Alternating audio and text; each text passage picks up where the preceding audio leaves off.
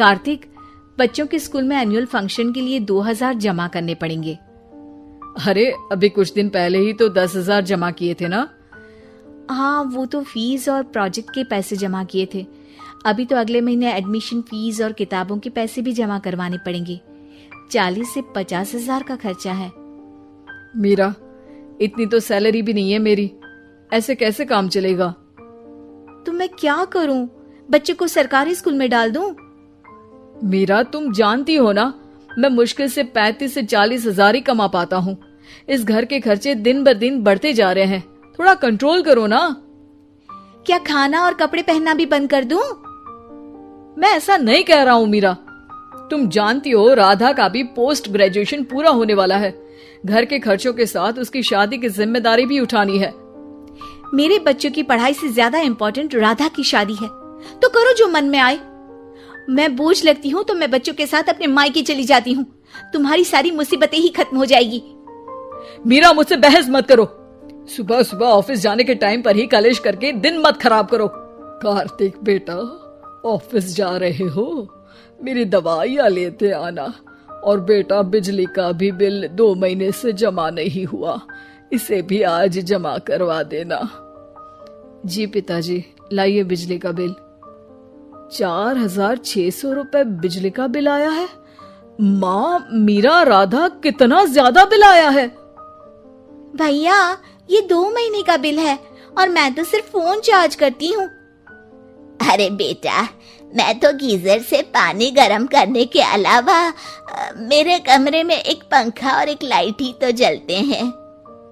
मीरा, तो फिर इतना बिल कैसे आया? हाँ, सारा इल्जाम मेरे पर ही लगा दो ना।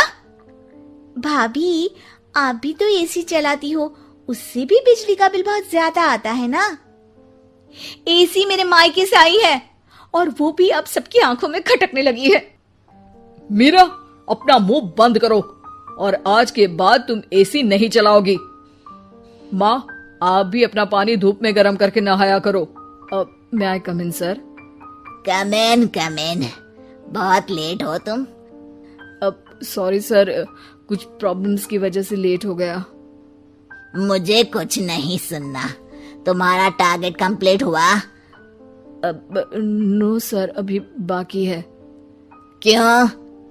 अब सर, मार्केट में बहुत रिसेशन चल रहा है, बिजनेस कहीं से मिल नहीं पा रहा। मैं अपनी तरफ से पूरी कोशिश कर रहा हूँ सर। मुझे तुम्हारी कोशिश नहीं चाहिए, मुझे बिजनेस चाहिए। अगर तुमसे नहीं हो पा रहा है तो तुम रिजाइन कर सकते हो। अब नहीं सर, मुझे इस नौकरी की बहुत जरूरत है। मैं अपनी फैमिली का सिंगल अर्निंग पर्सन हूँ।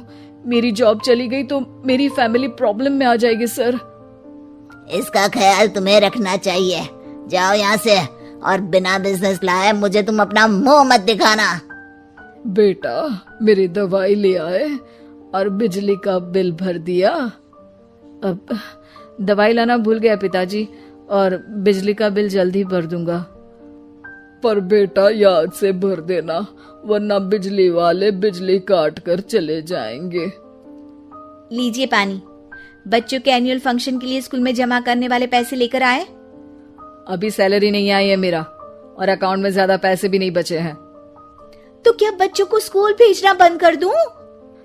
बच्चे अगर इस साल एनुअल फंक्शन नहीं अटेंड करेंगे तो कोई पहाड़ नहीं टूट पड़ेगा। और अब तुम मेरा दिमाग खाना बंद करो। अरे, आप मुझ पर क्यों चिल्ला रहे हैं? भाभी, आप रोइए मत, टेंशन लेने से कुछ नहीं होगा। पर राधा, घर के भी खर्चे हैं। कार्तिक के गुस्सा करने से घर के खर्चे नहीं पूरे होंगे। पर मीरा बेटा, लड़ाई करने से भी कोई समाधान नहीं मिलेगा, उल्टा घर का माहौल ही खराब होगा। पर मुझे लगता है हमें भी घर के खर्चों में हाथ बढ़ाना चाहिए।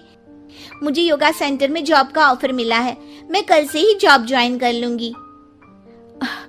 वैसे तो मुझे भी सिलाई आती है, मैं भी लोगों के कपड़े सिलना शुरू कर देती हूँ। हाँ बेटा, मैं भी तुम्हारा घर के कामों में हाथ बटा दिया करूंगी और काज बटन लगाकर सिलाई करने में भी सहायता करूंगी। मीरा, मैं तुम्हारे बच्चों के साथ मोहल्ले के बच्चों को भी ट्यूशन पढ़ाऊंगा। इसी बहाने मेरा टाइम पास भी हो जाएगा। इसी प्रकार सब आपस में घुल मिलकर रहने लगे। हमें इस कहानी से यह सीख मिलती है कि कभी भी अकेले नहीं रहना चाहिए और सबका हाथ बटाकर रहना चाहिए।